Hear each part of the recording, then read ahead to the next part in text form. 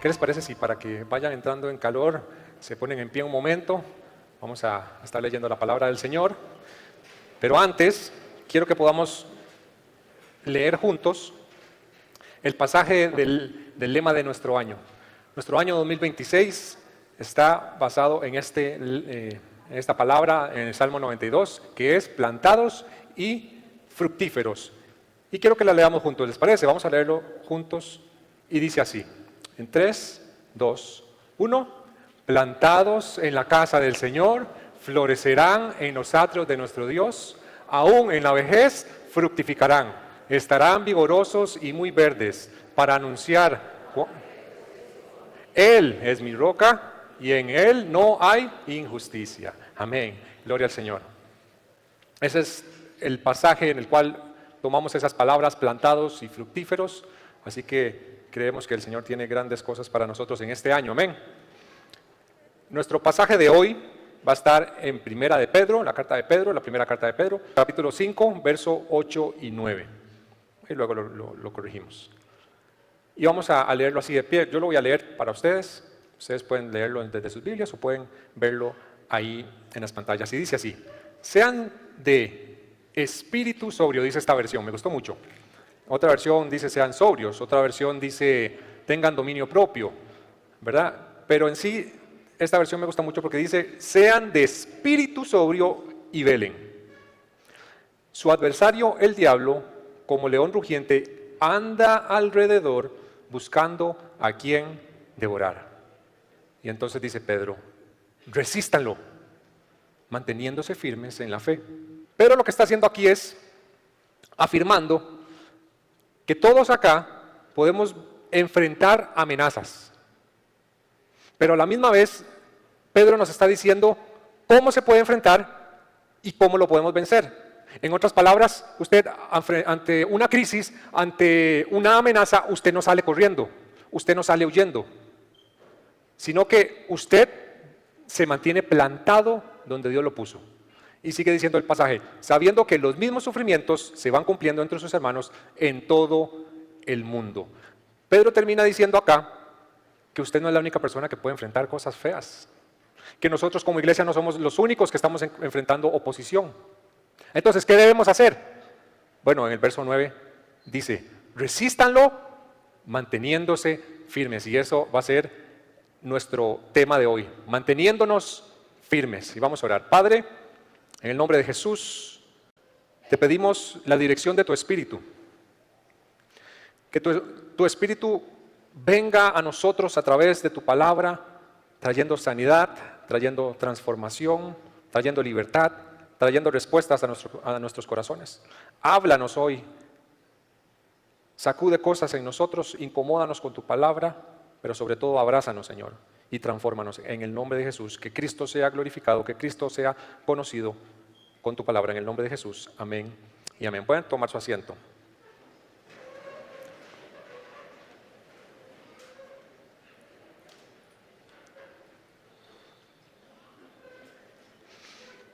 A lo largo de la historia, el ser humano ha intentado darle un sentido, el sentido de la lucha que hay entre lo que es la luz y las tinieblas. Y muchos filósofos, muchos pensadores a través de la historia han reconocido esta lucha. Por ejemplo, Platón una vez dijo, le podemos perdonar fácilmente a un niño que le teme a la oscuridad. La verdadera tragedia es cuando los hombres le tienen miedo a la luz. Hermes afirmó, la luz no lucha contra la oscuridad. Cuando la luz se manifiesta, la oscuridad desaparece. Y aunque estas palabras son muy bonitas, no provienen de la Biblia. G.K. Chesterton, que fue un filósofo católico, expresó, el problema ahora está claro, es entre la luz y la oscuridad. Y cada persona debe elegir de qué lado está. Son grandes afirmaciones, son grandes pensamientos, grandes filosofías. Sin embargo, esas teorías se quedan muy cortas ante la revelación que tuvo Juan a través del Espíritu Santo, porque Juan no da una opinión. Juan no simplemente va a compartir una teoría. Juan, inspirado por el Espíritu Santo, revela ese gran enigma que está siempre buscando la humanidad. Y dice, en Él estaba la vida, y la vida era la luz de los hombres. La luz en las tinieblas resplandece, y las tinieblas no prevalecieron contra ella. Con esas palabras, Juan está estableciendo un principio que no se puede quebrantar, que la luz y las tinieblas siempre están en conflicto, siempre están en guerra, y en medio de ese conflicto Dios no deja un vacío. Hay algo en medio de ese conflicto, hay alguien en medio de ese conflicto. Adivine quién. Usted y yo, la iglesia. En medio de esa gran guerra que hay entre la luz y las tinieblas, Dios pone a la iglesia, estamos nosotros.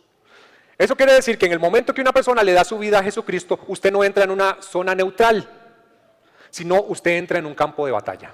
¿Qué le parece? Pero esto no es para que usted viva indiferente. Esto no es para que usted viva una vida silenciada o derrotada.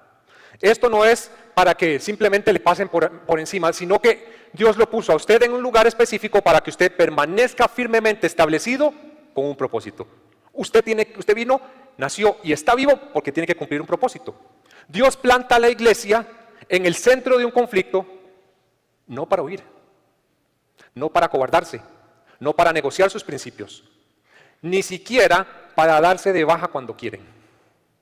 Dios plantó a la iglesia y lo planta a usted dentro de una comunidad, en medio de un conflicto entre la luz y las tinieblas, para que seamos la resistencia.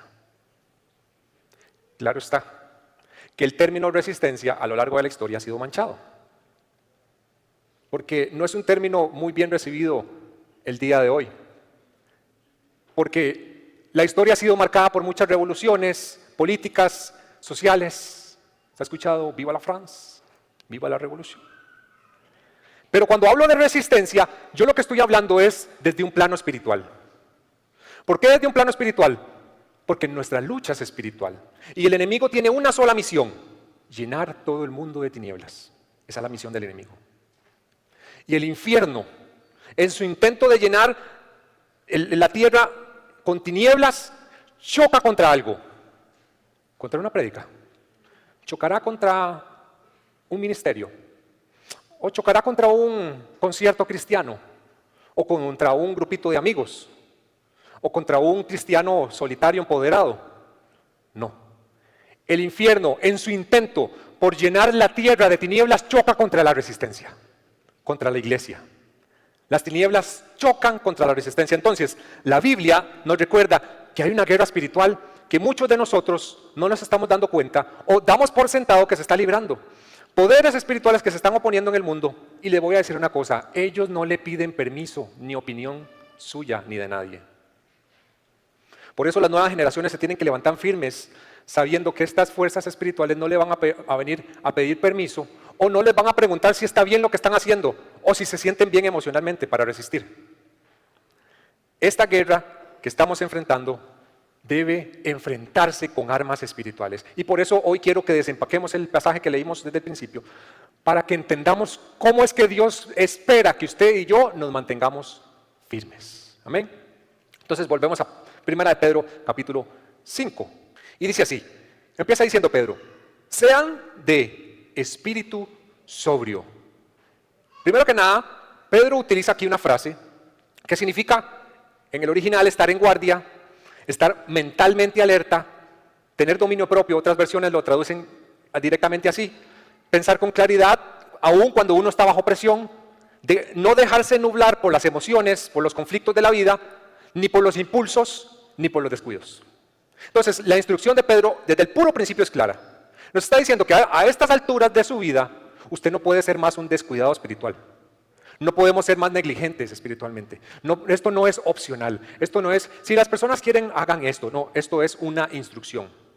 Porque el que no dimensiona la peligrosidad de su adversario, entonces le va a otorgar una ventaja de guerra.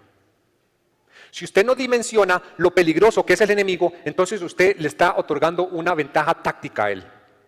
Por eso él dice, primero que todo, estén despabilados, sean de espíritu sobrio. Y siguen diciendo, y velen. Esta palabra es Gregorio. De ahí viene la palabra, el nombre Gregorio o Gregory, que es un término militar que describe a un centinela nocturno. Describe a un centinela que está en medio de la noche cuidando la ciudad, pero dice que levanta una barricada, levanta una especie de barrera para evitar que el enemigo penetre. Así que si usted se llama Gregorio o Gregory y es medio dormido, cámbiese el nombre. Gregorio significa mantenerse alerta, en alerta máxima. No que usted sea una persona ingenua en la vida. Pedro hace este llamado, que es un llamado de atención para aquellos que están dormidos espiritualmente. Porque si hay algo que el enemigo sabe muy bien, es que él no necesita que usted ande en pecado abierto, que usted ande en pecado así, desenfrenado. A él le basta simplemente con que usted se distraiga, o con que usted sea impulsivo emocionalmente, o con que usted espiritualmente sea descuidado. Esas son las mejores puertas y ventanas para que el enemigo entre. Entonces, Pedro utiliza estos elementos, la sobriedad, o sea, tener una mente clara, y también la vigilia, o sea, tener una actitud de alerta máxima constante, porque una sin la otra no funciona. Son dos elementos esenciales.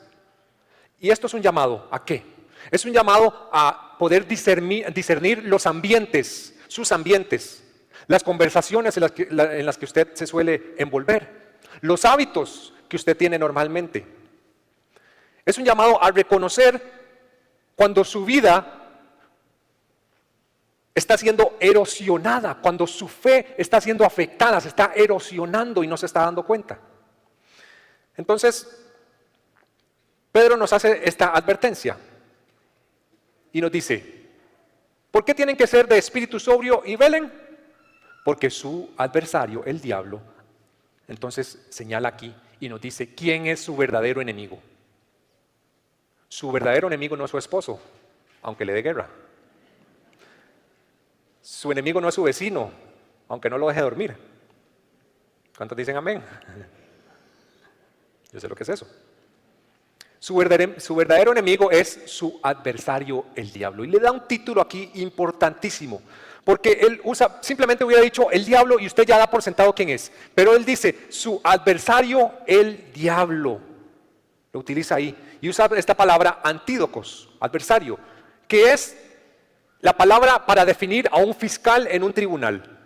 Esto nos dice, Pedro nos está diciendo cómo es que opera el enemigo, cómo es que opera el diablo. Nos está diciendo que el diablo opera como un fiscal. O sea, que él viene ante el juicio, ante el tribunal y presenta hechos y cargos basados en evidencia que él ha visto. Evidencia concreta, no en chismes y no en rumores. Cosas que ha visto de su vida privada, cosas que ha visto de su vida, viene y los presenta. ¿Por qué? Porque él es especialista en guardar registros de sus faltas.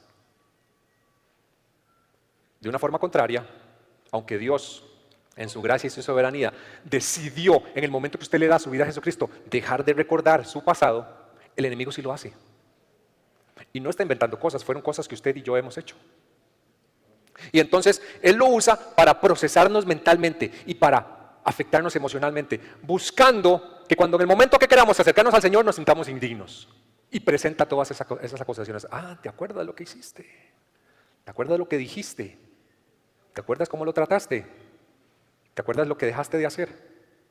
Acusaciones ciertas, un registro tuyo y el mío de nuestras faltas. Y por eso es que dice que dice que como león rugiente anda alrededor.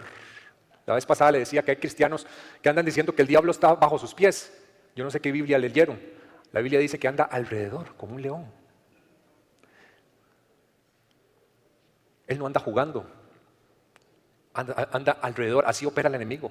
Rodea nuestras vidas, examina cada área, busca una grieta en su alma para poder entrar, busca una puerta, busca una violación a la ley de Dios que usted ha hecho para presentarlo a usted como culpable. Y dice el pasaje que él no anda buscando a cualquier persona. Él anda buscando personas específicas. Dice que buscando a quién devorar. Esto me dice que hay personas presas fáciles. Aquellos que descuidan su vigilancia, que carecen de dominio propio. Aquellos que no han, como el vigía edificado un muro espiritual de contención. Y lo que es la negligencia, lo que es la desobediencia de no tomarse las cosas en serio, la vida espiritual en serio, se convierte en esa puerta de entrada para la acusación. Por eso Pedro al principio nos dice, sean de espíritu sobrio. Porque sin esa muralla espiritual, sin esa defensa espiritual, cualquier persona se vuelve vulnerable. Entonces, adivina qué, te vuelves candidato a ser devorado. Porque dice que anda buscando a quién devorar. Y usa esta palabra, catapino, que significa tragar de un solo golpe. O sea que el diablo no se anda con juegos. No simplemente viene a hacerte sentirte mal para que te deprimas. Él quiere consumirte. Pero su estrategia, la mayoría de veces, no es de un solo golpe. Es un trabajo, es un desgaste progresivo. Porque él comienza debilitando tu fe, él fomenta el aislamiento de la congregación y va drenando tu paz, va drenando tu gozo, va drenando tu forma clara de ver las cosas, tu toma de decisiones. Te pregunto, ¿qué es lo que últimamente está drenando tu energía? Tus ganas de salir adelante, tus ganas de conectarse mejor con Dios. ¿Qué es lo que está drenando tu vida? Porque con esto lo que me quiere decir es que Él poco a poco va a ir por tu matrimonio. Debilitando tu fe, quiere liquidar tu matrimonio, quiere liquidar totalmente a tus hijos, quiere liquidar tus finanzas. Él va a querer quitarte toda esperanza. Eso es lo que Él busca. Por eso Pedro nos dice, estén en constante alerta. Y esto no significa que usted va a vivir obsesionado con el diablo, andando buscando brujas. Pero sí que usted tenga una vida espiritual seria, que esté en constante alerta, que no le dé lugar en ningún área específica de su vida. Por eso después nos dice Pedro, ¿saben qué? Más bien, ¿saben qué es lo que tienen que hacer? Resístanlo, manteniéndose firmes en la fe. Y entonces usa esta palabra atinstemi, que significa oponerse estratégicamente, o significa una resistencia ordenada o preplanificada. Esto tiene un gran significado. Pero primero que todo, ¿cómo es que resistimos? Bueno, aquí entra en juego Santiago. Santiago nos da un ejemplo, nos dice, sométanse pues a Dios y resistan al diablo y entonces Él huirá de ustedes. Entonces, aquí Santiago usa la palabra someterse, que describe a una persona que se coloca bajo autoridad. Esto quiere decir que cuando usted llega a Cristo, usted no solamente hace a Cristo su Salvador, sino que también tiene que hacer a Cristo su Señor. Entonces, usted hace a Cristo el Señor de su vida, usted se coloca bajo su autoridad, usted se somete a Él. Y cuando resistimos, dejamos de pelear solos, porque también esta palabra implica esconderse detrás de alguien a quien Dios le ha dado la autoridad para que usted reciba protección. Vea qué interesante esto. Dejamos de pelear solos y no solo nos cubrimos con la autoridad de Cristo, sino también con el consejo de la comunidad de fe. Ve el consejo que nos está dando Santiago. Sométanse a Dios, rindan su voluntad, sus deseos, sus sueños a Dios y de esa forma entonces el diablo huirá de ustedes. Por eso Dios no diseña la iglesia para que andemos como nómadas espirituales. Sí, posiblemente usted ha salido de otra iglesia y está acá. Tal vez ha salido por algunos abusos espirituales que ha recibido o por manipulación. Pero si usted está acá es porque Dios quiere plantarlo. Si Dios le dio la oportunidad de que usted viniera a esta iglesia es porque Dios quiere que usted tenga una vida distinta, que tenga una cobertura real. Y si usted va a permanecer acá, usted también tiene que tener algo muy en claro. Acá va a tener indiferencias también, porque no somos cualquier lugar, pero somos una comunidad no perfecta. Pero sí somos una comunidad que sabemos prevalecer, que sabemos perseverar, porque el diablo, a la hora de venir contra usted y contra su familia, él no le va a preguntar si usted se ofendió o no. ¿Me escuchó? En medio de la prueba, su lealtad va a ser probada, incluso su lealtad en el lugar donde Dios lo puso a usted. Su determinación va a ser probada en el momento menos esperado. Y eso a usted le va a demandar de sacrificio, y le va a demandar de mucho esfuerzo, y le va a demandar de que usted persevere. Persevere aún cuando tenga indiferencias dentro de la comunidad. Amén. Los veo asustados. Pedro sigue diciendo, resístanlo, ¿cómo? Manteniéndose firmes en la fe. Entonces Pedro utiliza aquí la palabra firmes, que es estéreos, que significa reforzar, apuntalar o fortalecerse. O sea, que usted se fortalezca a sí mismo, se refuerce a sí mismo Porque si usted se refuerza, entonces usted mismo persevera plantado en la presencia de Dios, en la iglesia donde Dios lo puso, porque Dios usa la comunidad como columnas de soporte para que usted no sea una presa fácil para el enemigo. Vea qué bueno lo que aprendí. Me encantó el Salmo 54, nunca lo había visto. Dice, he aquí, Dios es mi ayudador. ¿Cuántos saben que Dios es su ayudador? Pero él dice, el Señor está con los que sostienen mi alma. David lo que está diciendo es que Dios usa la comunidad de fe como una columna de soporte donde su fe se refuerza y donde usted deja de ser una presa fácil para el enemigo. Entonces, en el momento que usted permanece plantado en el lugar, en la presencia de Dios primeramente, y en el lugar donde Dios lo planta a usted, usted comienza a resistir el ataque. Y la Biblia dice que los que resisten el ataque, ¿se recuerdan de Santiago? Si usted se somete a Dios y resiste al diablo, entonces él huye. El diablo corre como ese infractor que sabe que se va a meter en problemas a menos que él escape. El diablo huye, dice la palabra. Yo resumo todo esto y me doy cuenta que el verdadero creyente no improvisa. No anda improvisando en su día a día cuando es atacado, sino el verdadero creyente vive preparado para el ataque. Amén. Y con esto voy a terminar. El libro de Apocalipsis, el capítulo 3, Dios le habla a una iglesia, a la iglesia de Filadelfia, y le dice así: por cuanto has guardado mi palabra de ser perseverante, ponga atención a esto, no le dice ustedes son una iglesia perfecta, no le dice no es que no fallen, sino que dice tomaron en serio el ser perseverantes.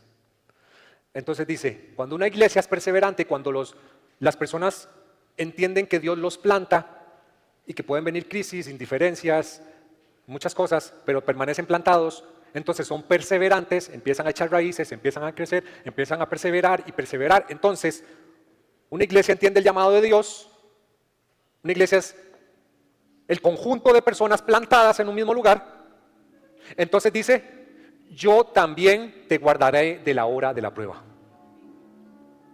Y dice, y nos da una alerta, y dice, esa hora que está por venir sobre el mundo para poner a prueba a los que habitan en la tierra.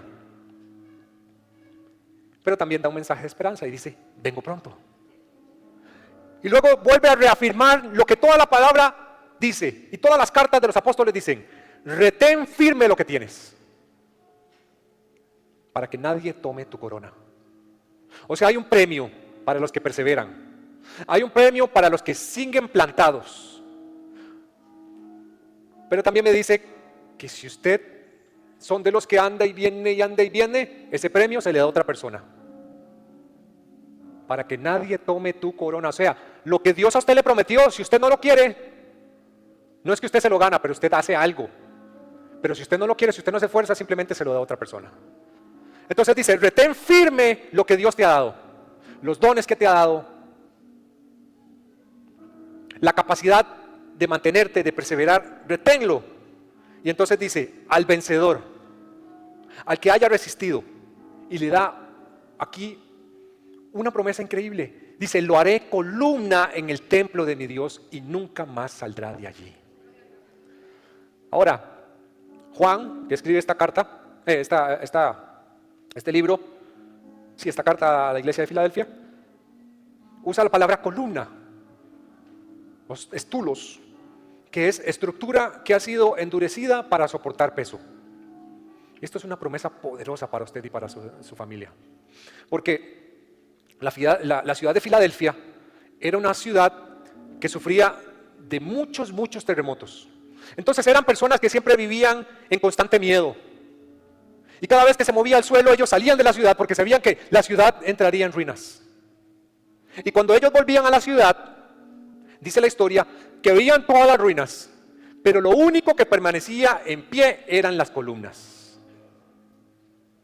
Y eso es lo que Dios está llamándolo a usted.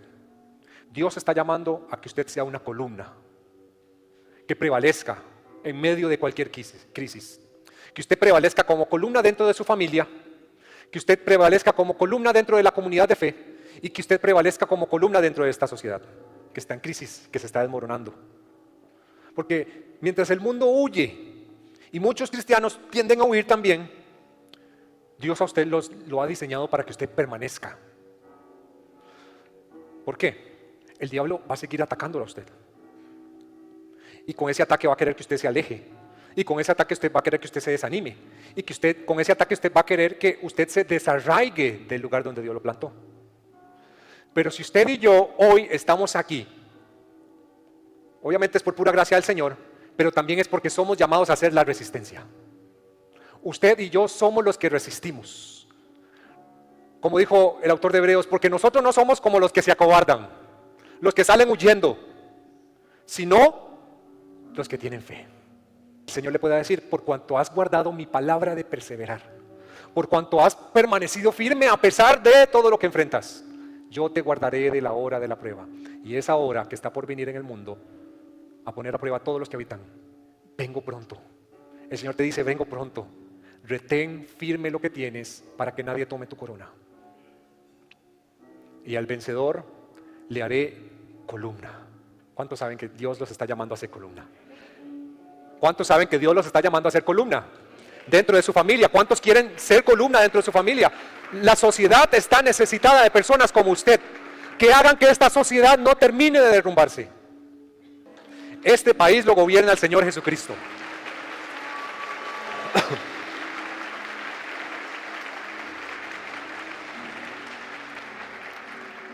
Pero aunque sabemos que Dios tiene el control de todo y nunca va a perder el control, el llamado para nosotros hoy es para mantenernos firmes. Porque no sabemos qué es lo que va a venir de ahora en adelante. Sabemos que vamos a tener la protección del Señor. No vamos a improvisar más. De ahora en adelante nuestra vida espiritual tiene que hacer un giro. Tiene que cambiar porque los tiempos se pondrán feos. No sabemos cuál partido va a quedar, no sabemos qué ideas van a imponer, pero usted y yo nos vamos a mantener firmes. Y ese es nuestro llamado hoy, y ese es mi llamado, ese es el llamado de Dios para su vida. Levante las manos ahí donde está, por favor.